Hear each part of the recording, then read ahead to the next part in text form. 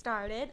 First and foremost, I think my biggest question after seeing the movie was one: how did you get attached to this? Because it's such an interesting movie. So I kind of want to get the thought process on one, how you got attached to it, and two, what the audition process was like. Um, well, give me one second.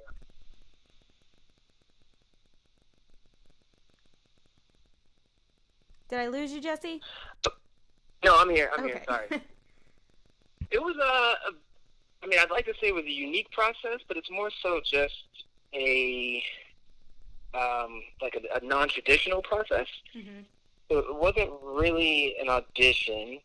I kind of just had some back and forth conversations with two of the producers of the film, and I had been speaking with the director like over email and on the phone and things like that. And then I kind of scheduled like a little sit down at a cafe, and we just talked about the script and the origin of it and how it's evolutionized over a few years. Well, that's more than a few years because the script had been written quite a while ago. hmm And like as technology changed and advancements and stuff like that, they kind of just revised the script so that it made more sense for today's time.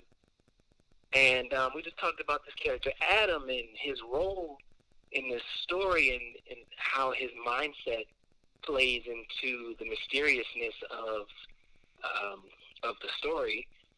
And I guess everyone kind of just liked my take on things. And before I know it, they were just offering me the role.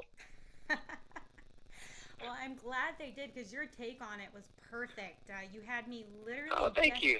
You had me guessing from start to finish. I did not. I was expecting one thing to happen, and then it completely went 180 degrees the other way.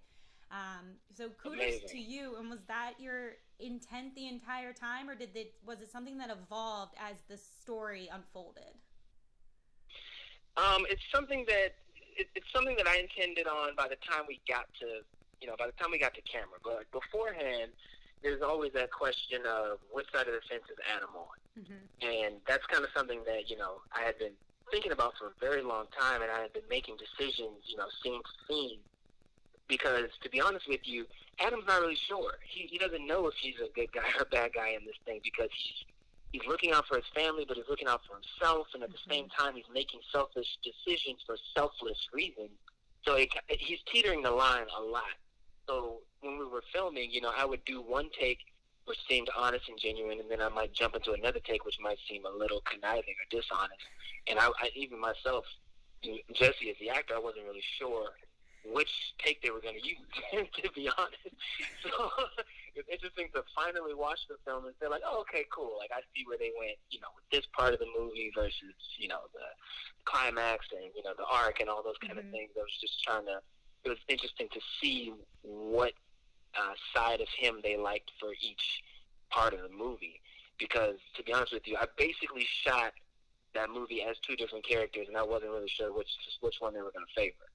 Did you see them favor one over the other a little bit more? Yeah, they favor the good guy. They favor the good guy a little bit more, which I like. I like that because I feel like the other side of Adam would have been too much of a giveaway. It would have been too misleading, hmm and it could have been. It just doesn't leave as much up for perception for the audience as the good guy because he does make some very honest mistakes. hmm You're not really sure what his intentions are, but if he just always seems like he's being corrupt, corruptive and things like that towards his wife, then you're not gonna like it.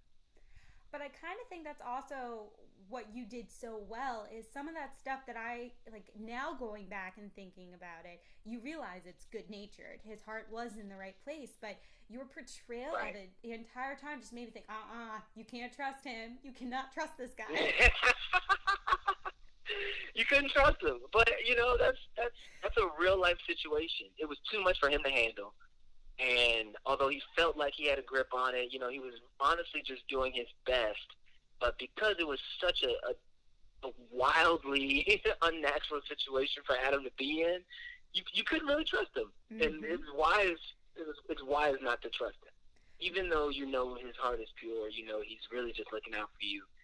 It's too easy for him to make an honest mistake for you to just openly trust him. So it's nice that you watching the film felt that way because in essence, that's what I wanted. Well, it worked. It worked perfectly. And also, Right. obviously, your chemistry with Camila Mendes was beautiful. The two of you together, I thought, were such good on screen, and I'm hoping it was just as good off screen. So, can you talk a little bit about working with her? Absolutely, man. She was amazing. She was incredible. We had so much fun shooting this movie. Like, I had taught her this new card game, which pretty much took over all of our free time. But honestly, as dark and mysterious and, you know, deeply emotional as this movie was at times, off camera, we were just joking and laughing and having a blast the entire shoot. The crew was amazing. A lot of the people that were filming on this movie also work on her show Riverdale, so she knew a lot of them, and they were kind of, you know, just welcoming me into the family, which was nice. And we just had a blast. We had a blast. She's an incredibly talented actress, and we really got a chance to play around on screen, which is great. It's nice to have that freedom of knowing I can throw out anything, and then she'll, you know, she'll be able to respond accordingly, and I can just trust her in that way, and vice versa. We had a blast. Well, you played off each other really well, and I think you kind of touched on something I was gonna ask you about was you throwing things out there. Did you improv any of that? Was anything just off the cuff, or was it pretty much you stuck to script and that was it? Yeah, no, we did quite a bit of improv. A lot of, you know, as you know, because you've seen the movie, a lot of those moments, especially the moments that, like, the turning of the times, I guess you can say, a lot of those really big moments that changed the pace, that changed the tone of the movie, were very hectic. Yeah. And they were fast moving. There was a lot of moving parts. So it's harder to stick to strict dialogue in those moments, especially because you want it to feel natural. You just don't really know what's going to come out when, you know, there's a bunch of stuff happening around you. You're doing a lot. There's another person who's doing just as much on their end, and you're not really sure what moments you're going to connect in within the scene. So a lot of times we would just throw something out, or we would say something we didn't mean, or something that wasn't written, and, you know, I guess that's technically improv. It wasn't comedic or anything like that. It was just what happened in those moments. It might be a little ad-lib that kind of came out here or there, and both, you know, all those times Camila was ready for it, and she was able to come back with something that made sense, and the scene just kept going from there until we heard cut. Well, I think it also shows just how comfortable the two of you got with one another while working. Was it an immediate connection, or did it kind of take a little bit of time before you guys got in front of the camera to become at ease with one another? Nope, it was immediate. We sat down for like coffee in LA one time before we went out to Vancouver to start filming. And, you know, I realized that she was easygoing like I am, but also very professional. And, you know, that's kind of how I like to be. I like to just come in extremely prepared so that we can have those moments on camera. And Camila's the same way. You know, there wasn't one day that either of us were unprepared, and that is what gives you the freedom to improv in the moment. That gives you the freedom to play around on camera, because you know you're going to get the takes that the writers want, you're going to get the takes that directors want, and then you get your actor-to-actor takes. And we were able to get everything every day. We weren't really stressed for time, or, you know, the pressure wasn't really there. We knew that we could lean on each other. And from the first day to the last day, we were just comfortable with making the best out of each scene, you know, in whatever way that we possibly could. And we honestly did have a really great time doing it. Good. Was there anything about filming or anything about the character that you wish the movie showed more of? I wish, yeah, you know, there's an element of surprise that was in Adam's intentions that didn't show quite as much in the movie as I thought that they would. You know, there's just a lot of things that, even as me playing the character, that I would read in the script that was shocking to me. It's like, wow, I can't believe he did that. I can't believe he did this. They kind of dulled those moments down. I guess it made him seem more evil than they wanted.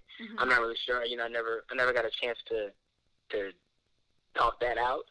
But there was an element of conniving surprise that I felt like was turned down a little bit as to when we were filming. There were some sneaky moments that I threw in there that even Camila didn't know about. You know, there would be some things that she would look away, and I would kind of feed those things to the camera just to see if they would, you know, want to use them or not. Because honestly, you don't know if he's a good or a bad person. I really played into that. Mm-hmm. I did. It's not often I get to play the bad guy, so I took advantage of it. Well, did you do any type of research to get to be the bad guy? Did you draw any inspiration from other like bad guys that appear in other thrillers? Um, Not so much, no, because I didn't. We had a bad guy. You know what I Mm-hmm. mean? Like we have two bad guys, honestly, or at least Mm-hmm. two people that we think are the bad guys in the movie. And I wanted them to have those moments. But I didn't want to take that. But like I said, there's just some honest mistakes in there that I felt like could have been highlighted. And it's very misleading. It makes you think that Adam is your bad guy. Even when you meet the bad guy, you still think Adam is your bad guy. Mm-hmm. And I kind of just played into that, but I didn't want it to be what's the word I'm looking for? I didn't want it to be obvious, and I definitely didn't want it to be intentional.